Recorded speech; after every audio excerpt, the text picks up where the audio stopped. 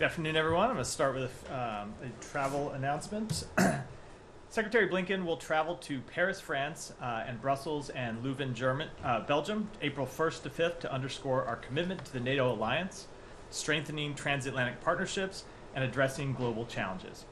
In Paris, Secretary Blinken will meet with French President Macron to discuss support for Ukraine, efforts to prevent escalation of the conflict in Gaza, and a number of other important issues. The Secretary will then travel to Brussels, where he will participate in the NATO Foreign Ministers meeting, which coincides with the 75th anniversary of NATO on April 4th, and have meetings with NATO Secretary General Stoltenberg, Ukrainian Foreign Minister Kuleba, and representatives from other allied nations. While in Brussels, Secretary Blinken and USAID Administrator Power will also join a US-EU trilateral meeting with Armenia, together with European Commission President von der Leyen and Armenian Prime Minister Pashinyan, regarding US and EU support for Armenia's economic resilience as it works to diversify its trade partnerships and address humanitarian needs. In Leuven, Belgium, Secretary Blinken will participate in the 6th US-EU Trade and Technology Council meetings, emphasizing our shared dedication to innovation and economic collaboration. As part of this visit, Secretary Blinken will explore the innovative initiatives at IMEC, a Belgian semiconductor research center. And with that, Sean, want to start us? Sure, can I just maybe just start with a quick question on this? The Armenia meeting is probably not the first question you're expecting, Yeah. but it's purely Armenian, not Azerbaijan. Correct, purely Armenia meeting. Okay, and do you expect the issues with Azerbaijan to come up? I suppose it's always possible it could come up on the margins of the meeting in that type of conversation, but that's not the focus of the meeting. The meeting in Brussels is to focus on Armenia's economic resilience as it works to diversify its trade partnerships and address humanitarian needs. Okay. Switching to Gaza, dissent in the State Department. One, of course, we've seen the statement by a State Department employee, if that's the terminology, who quit over the policy in Gaza. Do you have any reaction to the resignation broadly, and more generally about how State Department employees can express dissent? Yeah, a few things. So one, just a factual note on the point about employees. So she was a fellow at the State Department. My understanding had just finished the first year of a fellowship that could have gone for 2 years, and did not exercise her option to return for a second year as a fellow. With respect to dissent at the State Department, so there is a broad diversity of views inside the State Department about our policy with respect to Gaza, just as there is a broad diversity within the State Department about our policy in a number of important foreign policy issues, as there is a broad diversity of views and opinions throughout American society about this issue and others. What we try to do in the State Department, what the Secretary has instructed his team to do, is to make sure that people have an opportunity to make their views known. He wants to hear them. He reads dissent cables when dissent cables are authored on any issue. He meets with employees who have a broad range of views. He listens to their feedback and he takes it into account in his decision making, and he encourages other senior leaders in the department to do so as well. And that's what he will continue to do, and what we will all try to continue to do, because we believe that actually listening to dissent informs better decisions. Having decisions challenged helps us make better ones in the future. So it's something that we will continue to encourage and support. I mean, to expand on that, I mean, is it helpful? What does it say about U.S. policy to have an employee or a contractor resign? Is that something that you think is fine if somebody disagrees with the policy? How do you? I think everyone can make decisions for themselves about what they're going to do. One of the things I would note, even in the first story that I read about this, the individual in question herself noted that she attends meetings where there are people who have the exact opposite view of hers and express them openly. And that's what we encourage people to do, and ultimately they have to make decisions about their future employment status. Can I follow up on that? Michelle. One of the things she talks about is the ongoing military aid to Israel, and I know you've heard concerns on the Hill about that and about some pushback on that. But I wonder if you're hearing more pushback within the building on the issue of continued military sales to Israel. So I wouldn't say that I have noted a change in the. I mean, first of all, I should say always hard to speak broadly for an employee base that encapsulates thousands of people. I don't think there's any one individual, short of doing some kind of quantitative survey that could measure that. But I wouldn't say that I've seen a marked change in employee opinion over time. But it is true that there have been a diversity of views for some time over our policy with respect to Israel. I don't think that's been any secret. You've seen people talk about it publicly. Some of the meetings that we've held have been extensively reported on by the individuals in those meetings. So all I can say is how we view that employee sentiment, and that's what I just said a minute ago, which is the Secretary welcomes it. And what he doesn't want to happen is for people to have views and not make them known. Whether they agree with the policy that the President has decided and the Secretary has decided and that we are pursuing, or whether they disagree with them, maybe even especially when they disagree with them, that's when he wants them to speak up and challenge his thinking and let him know what they think. And it doesn't mean that we are going to change our policy just based on what every employee thinks. That's not the way this organization works. It's not the way any organization works. There's a president that was elected by the American public.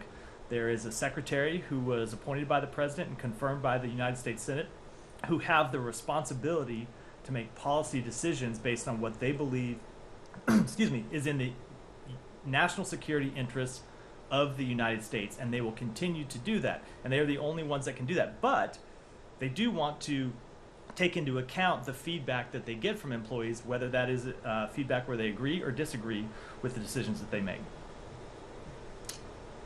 Maris. Matt, just switching a little bit on something else on Gaza.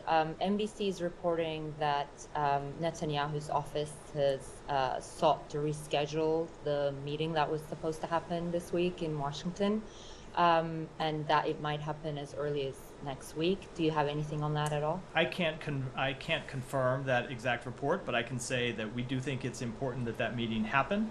As we've said, we think that the plan that Israel has said it intends to pursue with respect to Rafa is one that would be a mistake, that would have enormous, a terrible impact on the civilian population there and would weaken Israel's security, and we think there's a better way, and we want to have the opportunity to present that better alternative to Israel. So we do think it's important that that meeting take place, but I don't have any scheduling updates. Have you had any interactions since that meeting was canceled with your Israeli counterparts that suggests that they are indeed willing to have that meeting and that it could happen anytime soon? So we have had interactions with our Israeli counterparts since, and we have them every day. I'm not going to talk about when and if and where and how a meeting might be scheduled. Okay. On the hostage talks, what can you tell us on the latest? It looks like they're in a bit of an impasse, but please correct me if I'm wrong. Are they at an impasse? Did they break down, or are you still hopeful? And what, if at all, are there any U.S. teams on the ground indirectly talking to continuing the negotiations? So first of all, I would not share that characterization of the talks. I'm not going to speak to the presence of U.S. negotiating teams. We've often not done that because we wanted those conversations to happen privately. We do think that over the, let's say the past week up into this weekend, that real progress was made to achieving a deal, but you heard the Secretary speak to this, I think it was on Friday in Israel. Just by nature of these types of negotiations, when you get down to the end, when you make progress, the issues that remain are often the hardest ones. You don't usually solve the hardest issues first, you solve them last. And so some of the remaining issues that need to be resolved are some of the most difficult ones and areas where there is the most disagreement between Israel and Hamas. We do think it's possible to bridge those differences, and we're going to continue to try to bridge those differences because we think a ceasefire that secures the release of hostages would be in the interests of the United States, in the interests of Israel, and in the interests of the broader region. So you can confirm that the conversation on this is still ongoing? I'm not confirming any particular conversation, but the hostage talks, the hostage negotiations, we do not believe are over. We do not believe they've come to an end. We believe that there is an ability to continue to pursue the release of hostages, and that's what we're going to continue to do. Can I just follow up briefly on one of the answers you gave to Humera? When she asked about Rafa, and you said that the operation would have an enormous and terrible impact on the civilian population, weaken Israel's security. Just the defense minister, Gallant, when he was at the Pentagon, the readout that the Pentagon gave said that Secretary Austin told him that operations in Rafah should not proceed without a credible and implementable plan. I presume you'll say there's no daylight there, but is it the U.S. position that the Rafah operation should not go ahead at all, or that Israel can give assurances and can? Our position has been that it should not go forward in the way that they have contemplated, the way that you've heard us describe it for the past, I think it's 10 days now, that a full-scale military operation into Rafah would be a mistake, and it's not something that we can support. What we have said is the kind of mission that we could support is a much more targeted, limited campaign that could still achieve the same objectives, that could still lead to the defeat of those remaining Hamas battalions inside Rafah, but without massive harm to the civilian population, without hindering the delivery of humanitarian assistance, and without actually weakening Israel's security instead of strengthening it. Follow up on that, and this might be more of a DoD question, but you do believe that a more limited campaign could take out those 4 battalions? We do. We do. And has Israel given any indication that they share the thinking that this is a possibility? So I'm not going to, I think you mean with respect to the plan that we haven't actually presented them that plan in any kind of detailed way. That's the meeting that was supposed to be happening today, tomorrow, that was canceled. So it's hard to I think hard for them to react to something which they have not yet fully seen. And then separately, last week on Friday, when the Secretary was in Israel, it was announced that Ben-Gvir's coalition would be annexing additional land in the Jordan Valley in Palestinian territory. Do you have any response to this? So we have been very clear about this matter. We've been unequivocal. Number one, the Israeli government settlement program is inconsistent with international law. And number two, settlement expansion only serves to hinder the prospect of real peace and security for Israelis and Palestinians. This is, there's something similar to the point I was making with respect to a full-scale Rafah campaign. The expansion of settlements doesn't just harm the Palestinian people. We think that ultimately it makes Israel less safe. It makes Israel weaker, not stronger. It hinders the kind of further integration into the region that is ultimately the best path for long-term security to Israel. So we have made that quite clear to them. We've been very direct and candid about it in our conversations with them. And of course, we've said the same thing publicly, and we'll continue to do that at the highest levels of our government. Go ahead. Just one thing on the dissent, and we've talked about it quite a bit over the last months, but you say that the Secretary takes it very seriously and listens to it and all that.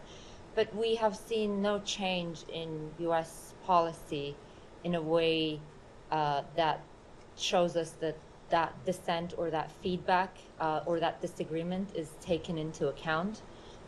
So I'm just wondering, what is the point of the whole channel? And the Secretary listens, and we've all reported about various listening sessions between mid-level or more senior officials with the Secretary, more junior officials.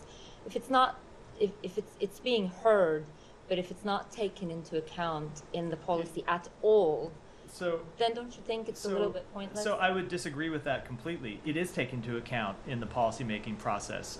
The Secretary has heard things in those meetings that he takes on board and that influence his thinking and that he brings to bear in making policy decisions.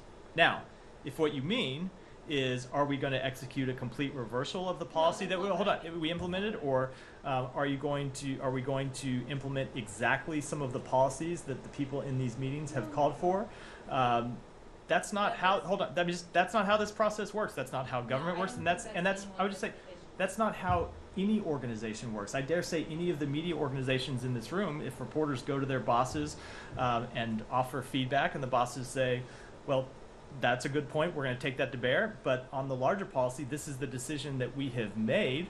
That is how leadership works. That I didn't suggest. But do you have any examples on, any changes? I will say, I'm genuinely curious. Yeah, I will say with respect to any number of issues, with respect to the delivery of humanitarian assistance, we have heard good ideas from people inside the building who have come and offered constructive feedback, and we have implemented those. Now, there are people that when you say if the idea is that the United States to cut off support for Israel, that's just a fundamental policy disagreement. So when you see people who offer interviews that say we want the United States to stop supporting Israel's right to defend itself, that's not something the Secretary agrees with. It's not something the President agrees with. And ultimately, they are the ones who have the responsibility of making those decisions. And so we want to listen to the feedback, but ultimately it's only the President and the Secretary who can make those decisions that they were elected and appointed and confirmed by the Senate to do on behalf of the American people. So we want to hear the feedback. We'll take in that. Humanitarian aid, you're saying you've actually heard out some of your more junior staffers and like the dissent from the administration, and that actually helped you pressure Israel more perhaps you wouldn't have otherwise? It's not a question of pressuring Israel more. It's the question of taking good ideas from people and incorporating them into the policies that we're implementing.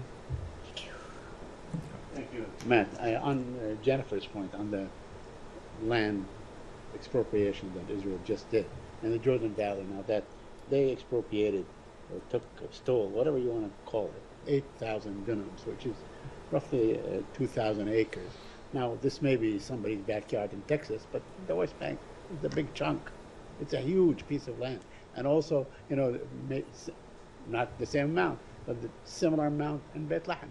Now, I know you express time and again, your displeasure with these actions, but really the Israelis never take your displeasure into account. Would you agree with that assessment, that they have not once retreated and said, okay, the Americans are upset, so I'm going to cancel these plans? So I will say that we have a fundamental disagreement with the Israeli government over this issue, and we have made that quite clear. But, okay, you make it very clear, but beyond making it clear to them, because I'm sure they understand your position, they have understood it for decades. What are you willing to do to put some leverage? I mean, a word that has been really overused, some leverage into your sentiments. So you make a good point in your question, Saeed, which is that this has been an issue on which the United States and the government of Israel have disagreed for decades. And it is an issue that a number of administrations of both parties have pressed the government of Israel to take action on. And we will continue to do that, and we will continue to be clear about what we think about these actions. And ultimately, it's why we will continue to pursue an effort to establish an independent Palestinian state and resolve these long-standing questions, so you don't have this decades of encroachment in the West Bank that are bedeviling the Israeli government, bedeviling the Palestinian people, and ultimately making peace more difficult. A couple more issues, if I may, just to follow up. You said in the beginning that, at the top, you said that the Secretary is going to Paris to discuss with his French counterparts and so on, means to keep the level, not to have the war expand beyond what it is. But really, for the people of Gaza, I don't know how much worse this war can go on. I mean, how it can get. I mean, it is life, being able to go back to what they had, it seems so, light years away and so on. So what do you say to them? I understand you don't want this war to go into Lebanon, other places, and so on. I would say to them what you have heard me say and what you have heard the Secretary say, which is that is exactly why we are working so hard to get an immediate, sustained ceasefire that will secure the release of hostages, and why we wanted to ultimately expand on that and try to bring an enduring end to the conflict. So that is what we have been working on trying to accomplish. And it's why you have seen U.S. negotiators travel to the region on multiple occasions. It's why you've seen the Secretary engage with counterparts in Qatar and Egypt and Israel about this very question, because we don't want to see this war go on a day longer than necessary. We don't want to see any more Palestinian civilians die. We didn't want to see any Palestinian civilians die in the first place, and so we do want to achieve an immediate ceasefire that gets the hostages out and alleviates their suffering, which you didn't mention in your question, and we want to see ultimately an enduring end to this conflict. So let me ask you: did you see or read the report made by Francisca Albanese yesterday in Geneva, where she what she showed was irrefutable, as far as she's concerned, irrefutable evidence that Israel engaged in genocide. Did you see the report? What is your comment on it? I did see the report. Let me say a couple things about it. First, we have longed for long-standing period of time opposed the mandate of this special rapporteur, which we believe is not productive.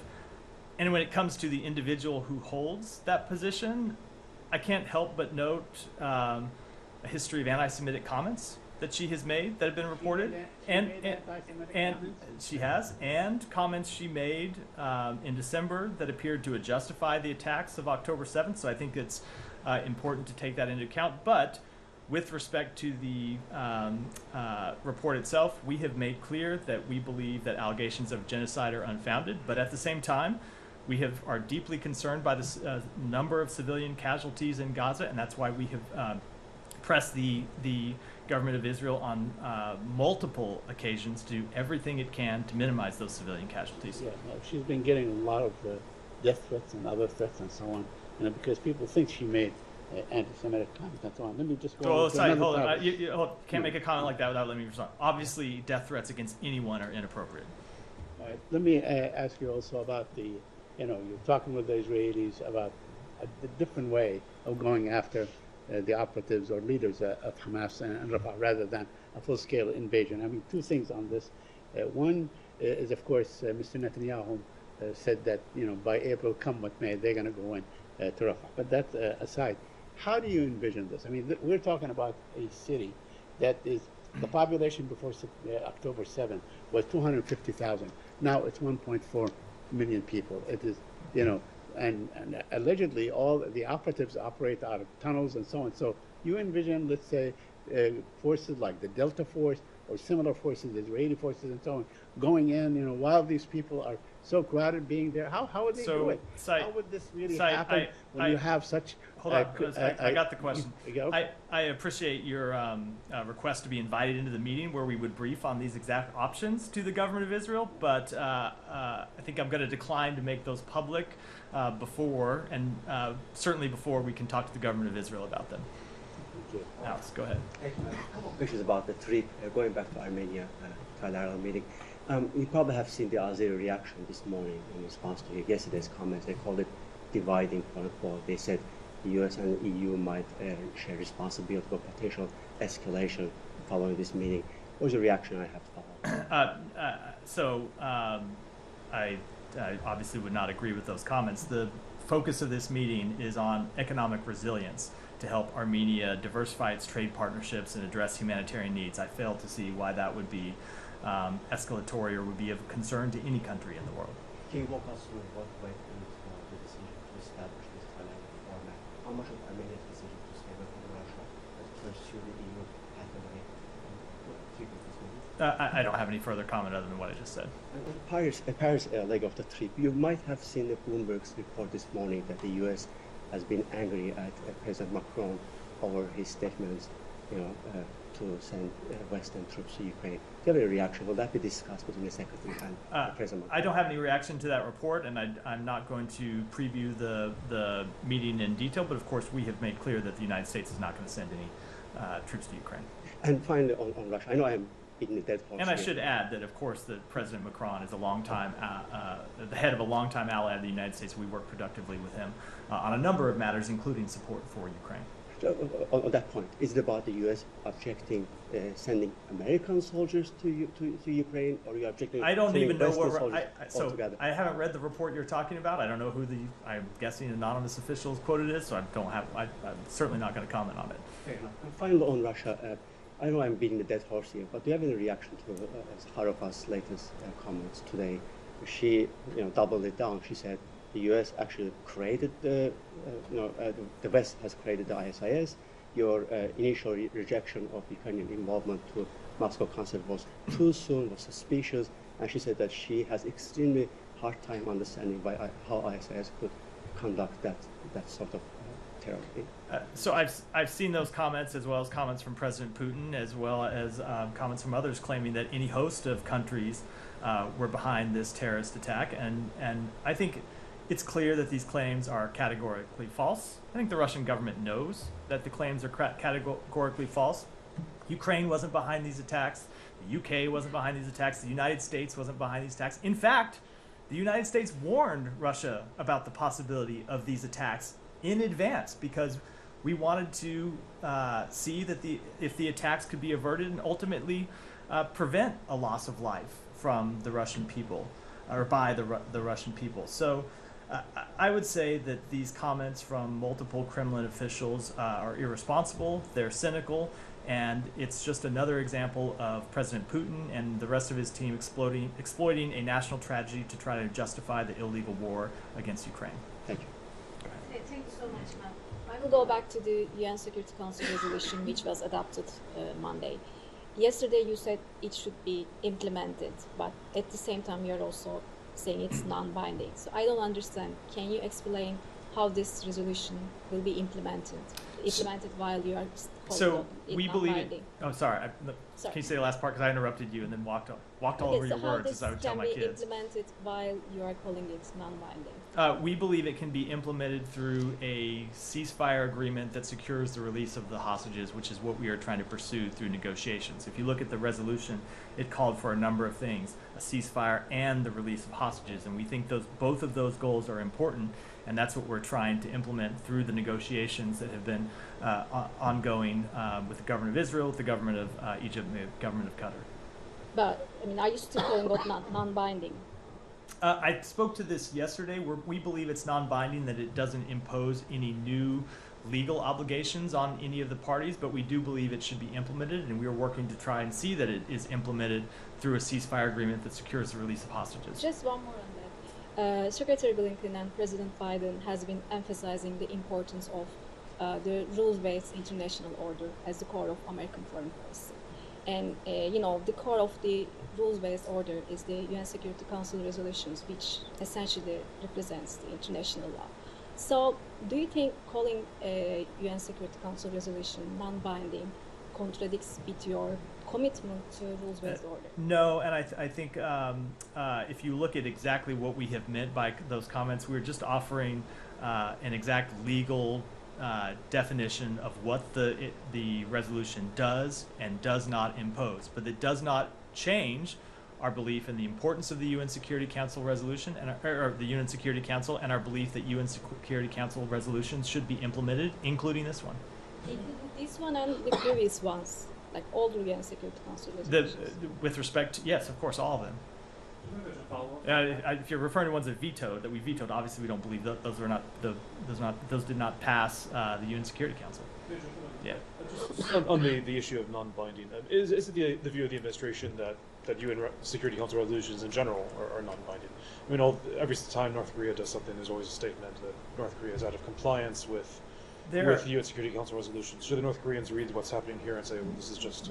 No, there are different types of UN Security Council resolutions. There are some UN Security Council resolutions that impose direct binding obligations in the parties. And if you look at the sanctions resolutions that have, which are the ones that I think you're speaking to with respect to North Korea, those impose direct obligations on the parties. And then there are different kinds of resolutions like the one yesterday, which do not impose direct obligations, but we very much believe should be implemented. Michelle, go ahead. Yeah, on Israel and Hezbollah, the tension and the fightings are escalating between both of them. Are you still hopeful that there will be a diplomatic solution for the situation there? We do still want to see a diplomatic solution. It's something that we have pursued. We believe that preventing escalation is of utmost importance, and we will continue to work towards a diplomatic resolution that would allow Israeli and Lebanese citizens to return to their homes and live in peace and security. Thanks. I want to go back to Gaza, Matt. There's been a lot of questioning and talking about getting food and water into Gaza, but there is also a shortage of medicine, a shortage of hospitals. According to WHO, only 2 of the 36 hospitals in Gaza operate at limited capacity, and other 10 partially operating. One day they operate, 3 days they don't. Do you have any updates on the efforts to address this issue? So if you look at I'm not trying to quibble with the first part of the question, but if you look at the way I've talked about it from this podium, I often talk about the need of getting food and water and medicine in, and the Secretary has has talked about that too. And it's also been a focus of our diplomatic efforts, and it's been a focus of the work our team has done on the ground, is try to get not just food and water, but medicine in. And it's something we've coordinated with a number of countries are. I would say in addition to those hospitals, there, of course, the UAE is operating a field hospital in Gaza to provide medical assistance to those who need it. It continues to be a focus of our diplomatic efforts. We want to see medical supplies get in. We want to see hospitals open and operating and able to treat patients who we know very much need it. We know the conditions under which doctors are working right now are extreme and incredibly difficult, and they're making extraordinary sacrifices to deliver life-saving treatment to people who really need it, and in many cases don't have anywhere else to go. So we will continue to support that work and do everything we can to see that it be expanded. Yeah. Sure. Niger. The Nigerian government just today said that they met with the U.S. Ambassador Fitzgibbon, and that she laid out a timeline, some logistical information on how U.S. troops would be withdrawn. And this, of course, comes a day after the junta leader spoke with Putin. Do you have any update on Niger and whether this? I don't. Only that you saw us say over the past 10 days or so, almost 2 weeks now, that we would be in touch with the transition authorities to seek clarification and discuss next steps, and we have been having those conversations, but I don't think it would be productive for me to read them out publicly. Is that false? Again, I don't want to get into what, for our perspective at least, are private diplomatic conversations. Okay. So the troops are, for the moment, the troop situation is the same with the U.S. It is the same, and of course, with any, I say broadly the same with respect to any specifics. I would refer that to the Pentagon. Just a couple of other issues. Do you have anything to say about Togo, the new constitution, and the crackdown on opposition? I think I'll have to take that one back, Sean. But I'll try a different one. Could lead to part of the world, Burma/Myanmar. Another junta, the junta chief there was saying, I believe it was today, that it's going to be difficult to hold elections because of insurgencies around the country. Does the U.S. have anything to say about that? Let me take that. I haven't seen that specific comment, so let me take it back and get you a comment. Okay. My question about China, the Chinese regime. So there's been a string of recent bomb threats that the FBI is investigating, and a mass shooting threat against New York-based Shenyun Performing Arts. These threats are being made in Chinese, and given the Chinese Communist Party's track record of transnational repression against Falun Gong and on U.S. soil, how concerned is the State Department of these recent developments? So we condemn transnational repression in any form committed by any country, but with respect to these specific developments, I would refer you to law enforcement to speak to them.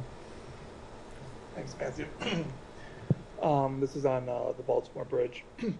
The crew of the ship that crashed into the Baltimore Bridge is from India. Has the U.S. been in touch with India over the tragedy and the crew members? I do not have any update on that. I can say that the Office of Foreign Missions is generally continuing to monitor the situation and will reach out directly to any foreign missions should we receive information about their citizens being affected, but with respect to any one country, I don't have an update. And there were at least 3 foreigners who were members of the crew doing maintenance on the bridge when it collapsed. One was from Honduras, and according to Mexico's president, 2 from Mexico. Can you confirm that one of the workers was or is from Honduras, as reported by the New York Times? Has State been in touch with the countries of those workers, including Honduras and Mexico, and does State have any information on the nationalities of the crew members? So we are aware of the reports that some of the individuals on the bridge were from El Salvador, Guatemala, Honduras, and Mexico. I would just say, first of all, that our deepest condolences go out to the families of those who may have lost a loved one, and with respect to those who have injured, we wish for a quick recovery. And as I said, the Office of Foreign Missions is continuing to monitor the situation. We'll reach out directly to any foreign missions should we receive information about their citizens, but I don't have specific updates to offer. Thank you. Thank you so much. 2 questions, basically. So United States has reservations, very clear reservations on Chinese investments in Pakistan, and in another terrorist attack, 5 Chinese engineers killed. It is just another follow-up of series of incidents. So there are many questions on United States and Pakistan that there is lack of intelligence sharing between Pakistan and United States, and United States is not addressing enough Pakistan's security challenges to combat it, counter-terrorism efforts. So, will United States join any investigations for that matter that in which Chinese citizens killed? Number one. I'm not aware of any requests for us to do so. And secondly, United States warned Pakistan a day back to avoid Iran gas pipeline. That possibly led sanctions. So question is, United States itself have a good energy deal to meet up its energy requirements. That is, with its non-NATO major ally Qatar. But still, we are looking that Pakistan, that is another non-NATO major ally. It seems like United States left it at nowhere to meet up with energy crisis. Like we are aware about United States Green Alliance with Pakistan, but still there is no way for Pakistan to complete the gas pipeline with Iran that like sanctioned from United States, and if not, then there will be $18 billion penalty from the Iranian side. So what is your comment? So helping Pakistan address its energy shortage crisis is a priority for the United States. We have supported the addition of approximately 4,000 megawatts of clean energy capacity in Pakistan. Our projects have dramatically increased the nation's electricity capacity, today powering the homes of millions of Pakistanis. Additionally, through the United States-Pakistan Green Alliance, a transformative initiative between our two countries, we are working together to address today's most pressing environmental challenges, especially around water management, climate-smart agriculture, and renewable energy. Go ahead. Thank you, Matt. What is your response to India's summoning of the U.S. diplomat over comments regarding the arrest of Delhi's Chief Minister Kejriwal? And how do you view the recent political turmoil in India, including the freezing of the opposition party's bank account, as the Amnesty International described the situation? Crackdown on opposition reaches a crisis point ahead of national elections. So with respect to the second question, we continue to follow these actions closely, including the arrest of Delhi Chief Minister Kejriwal. We are also aware of the Congress Party's allegations that tax authorities have frozen some of their bank accounts in a manner that will make it challenging to effectively campaign in the upcoming elections. And we encourage fair, transparent, and timely legal processes for each of these issues. With respect to your first question, I'm not going to talk about any private diplomatic conversations, but of course, what we have said publicly is what I just said from here, that we encourage fair, transparent, timely legal processes. We don't think anyone should object to that, and we'll make the same thing clear privately. One more on Bangladesh. On the occasion of Bangladesh National Day, Secretary Blinken reaffirmed his commitment strengthening democratic governance and promoting human rights in his statement. So could you please give us a sense what steps the Biden administration may take, considering the country is led by an authoritarian prime minister and people are suffering due to absence of democracy and the rule of law? So I don't have any specific steps to preview with respect to Bangladesh, but we have made clear since the outset of this administration that the promotion of democracy is one of the top priorities for the president, and Secretary Blinken said it's of course one of his top priorities. So we continue to make clear in our conversations with the government of Bangladesh, and you of course, you and I engaged on this matter quite a few times in the lead up to the election, that we wanted to see free and fair elections, and we will continue to support free, full, open democracy in Bangladesh. Thank you, Matt. Question on Iraq. The United Nations mission UNITAD, which was set up in 2017 to help Iraq investigating the genocide and war crimes by ISIS, now due to a soaring of its relationship with the Iraqis, is facing permanently shutdown. And the agency says that we haven't finished our work and we need more time to finish the work. And the Iraqi government says that UNITAD no longer needed and they were not successful in coordinating with the Iraqi government. So any reaction or comment on that? And does the United States support the continuation of UNITAD mission in Iraq? And how do you assess their mission in Iraq in investigating the ISIS crisis? So since UNITAD's creation, the United States has strongly supported its work, which has aided the international community's efforts to bring ISIS members to justice for their atrocities, including acts of genocide against religious minorities in Iraq. We support an orderly conclusion of UNITAD's work. UNITAD's evidence sharing with other countries in support of prosecutions of ISIS members abroad is an essential element of its work, and we encourage UNITAD to work with the Iraqi government on continuing protection measures for witnesses and victims who have bravely provided testimony and evidence. And then finally, we are working to ensure that Iraq and other UN member states can continue to access and benefit from the evidence that UNITAD has collected, and that the evidence is properly archived and preserved for future use.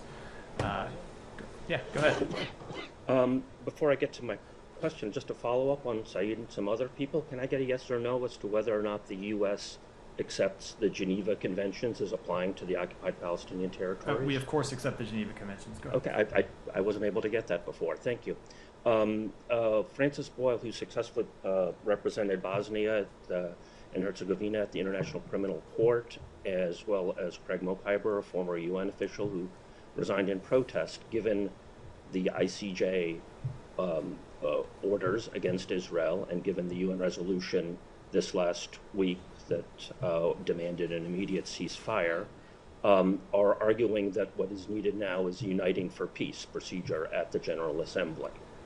They are saying that with that procedure, the General Assembly can effectively take control of the situation to some extent, given the deadlock at the Security Council, suspend Israel from from participation at the General Assembly, admit Palestine as a member, urge economic sanctions against Israel, and set up a tribunal as the UN did for Rwanda and Yugoslavia.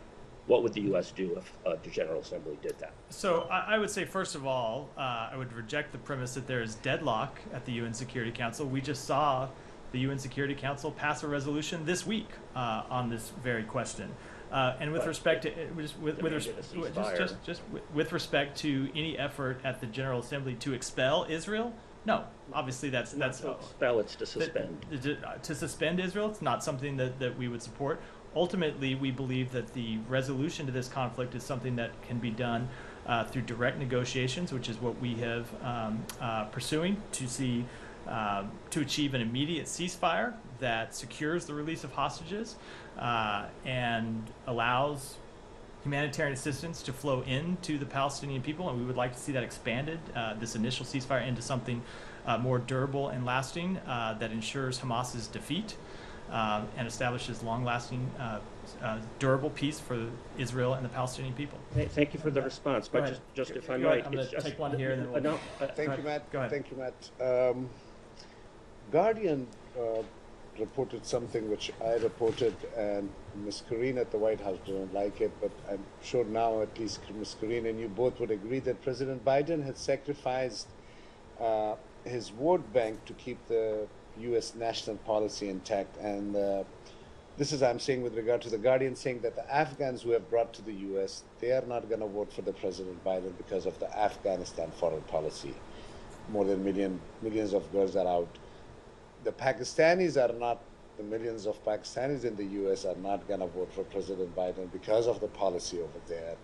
The Arabs are not going to vote for President.